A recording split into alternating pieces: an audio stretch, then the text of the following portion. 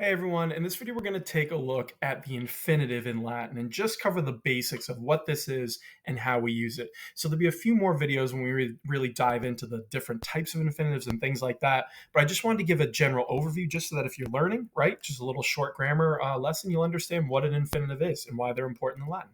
Okay, so to start, the first question should be, what is the infinitive, right? What are we talking about? So the first thing you want to understand is the infinitive is a form of a verb. Okay, so we're talking about Latin verbs right now.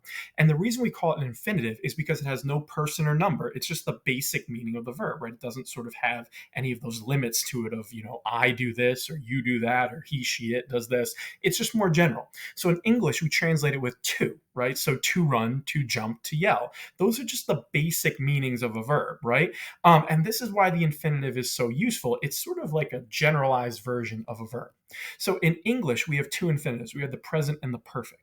The present infinitive is to do something, right? To run. And the perfect infinitive would be to have done something, right? To have seen. So in English, you've actually seen this before, but it's a little more complicated in Latin.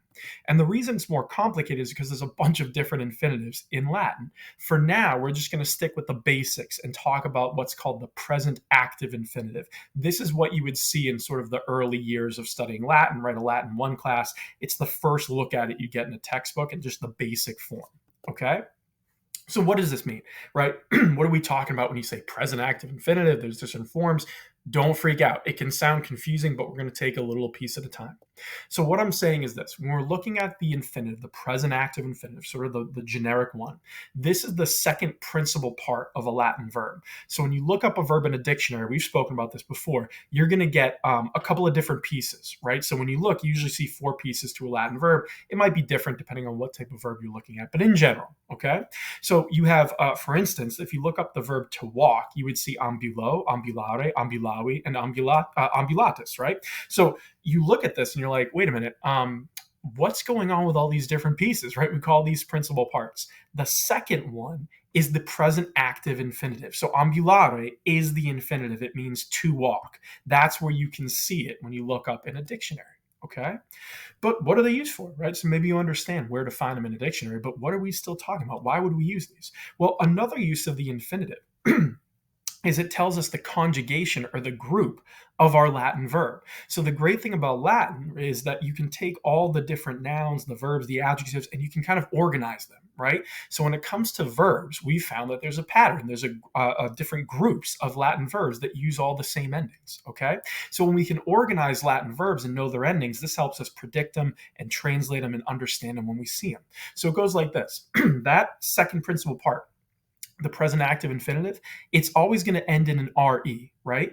But the vowel in front of the RE tells you what group or conjugation it is. So ambulare and verbs like it end in ARE. This is what we call the first group or first conjugation.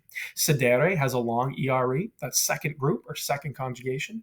Mitere has a short E, meaning there's no long mark over that E. It is a slightly different sound.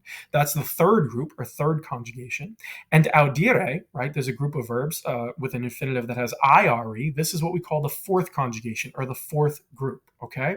So the infinitive is very important when you're looking at it because it'll tell you what group your verb belongs to, what conjugation, and this helps you predict what endings it's going to use, right? So it's really, really important. So hopefully this makes some sense, right? One of the uses of the infinitive is you just look at it and the spelling of that present active infinitive, and you know what group your verb belongs to. Now, the other use of it is something called the present stem. So when you take that second principal part, the infinitive, right, the present active infinitive, and you drop the RE, you have what's called the present stem of your verb. This is the starting point for spelling and putting endings on verbs in the present, the imperfect, and the future tense. So this becomes really important. Again, if you've studied Latin a little bit, you kind of see this. But that stem is really our starting point. So we use the infinitive to know how to spell a verb in these tenses. And it looks like this, right? If I had ambulare again, right, you can see the infinitive, ambulare. We start there.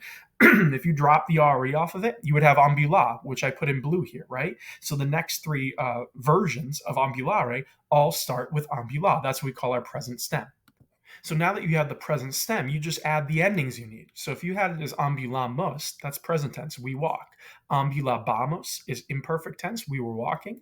And ambulabimus is future tense, right? The bimus. So but you can see all three of these tenses started with the infinitive ambulare and just dropping the re, right? So there's another use of the infinitive that's really, really important when it comes to learning Latin. Okay, but what do they look like in sentences? Like, right, we know that we can look them up in a dictionary and use them for conjugation, but when are we going to actually see them in real Latin? Well, there's a couple of uses that you'll see, and probably one of the first ones that you see in a lot of sort of textbooks or early study of Latin is something called the complementary infinitive. Okay, so this would be, for example, if you saw Caelo nulli custodes nos prohibere possunt. Now, this means no guards are able to prohibit us from the sky. And this comes from the Road to Latin textbook, the story about Icarus and Daedalus, if you're wondering why that sounds kind of weird. But here you see the infinitive prohibere, right? So you have it right there. The infinitive is going with possunt, right? They are able to prohibit. This is called a complementary infinitive, where we use an infinitive to complete the meaning of another verb. So if we didn't have the infinitive there, you wouldn't have a real sentence. You're saying no guards are able us. It just doesn't make any sense. You're like, they're not able to do what, right? To prohibit us. Oh, now it makes more sense. Okay. So complementary infinitives, you can look them up. I'll make more videos on each different use of this, but in general, if you've seen this before, you'd recognize that's one of the uses for the infinitive. Another use is the subjective infinitive, right, which you usually see a little further on down in Latin. I mean, it depends on what textbook you're using, but the famous phrase is errare humanum est, right? To err is human, to make a mistake, errare is human. Here, the infinitive errare is functioning as your subject, right? To make a mistake or to err, it always sounds kind of old-fashioned when we say that. To err is human, right? It's functioning as the subject of est. So that's another use of the infinitive you can see. A third one is something called the objective infinitive, where it works as sort of the object in our sentence. So here we have magister iubet discipulos stylos tabulasque deponere, right? So the teacher orders the students to put down their styluses and their tablets, right? So the first thing you're doing is you have the teacher orders the students. There's our first object, right? Orders the students to put down. We're using the infinitive kind of completing what he's ordering them to do, right? So this would be an example of, again, you see deponere right there, the infinitive. He orders them to put down their styluses and their tablets. Now, the fourth one I'm going to highlight here is a much more complicated one that you usually don't see until you go into more, I'd say maybe like Latin 2 or 3, a little bit further in your Latin career, but it's indirect statement, okay? So indirect statement has to do with what we call head verbs, so verbs of thinking, right? And it's when you have someone saying or thinking something, but you don't have a direct quote.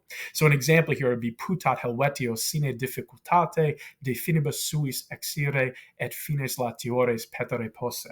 So you're saying he thinks that the Helvetii are able. So when you have an indirect statement, we use the accusative, helvetios, right, as sort of our subject, and you use an infinitive as sort of the main verb. So literally this says he thinks the Helvetii to be able, right? But in English, you'd say he thinks that the Helvetii are able to do all these different things, okay?